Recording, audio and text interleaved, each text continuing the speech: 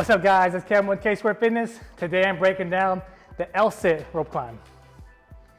All right guys, so key points of performance. This is a gymnastics ninja drill here. So if you've watched some of the other videos like the legless rope climb, this is a big level up, the L-sit rope climb. So in the starting position, I want you to start with your legs already up in the straddle position. So that's where you're gonna start from.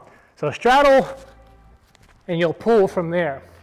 This is a very challenging exercise on your grip, on your core, on your hip flexors. So if you're starting into it, what you may do is go straddle for a little bit. You go straddle, you get tired, you drop your legs, and then transition to legless if you need to.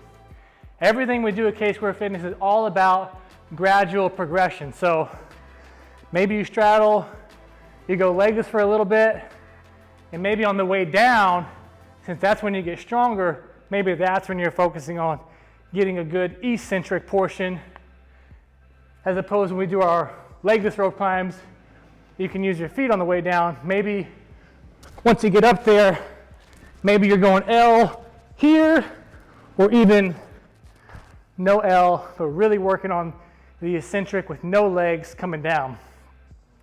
That is the gymnastic ninja exercise, the L-sit rope climb. Get after it.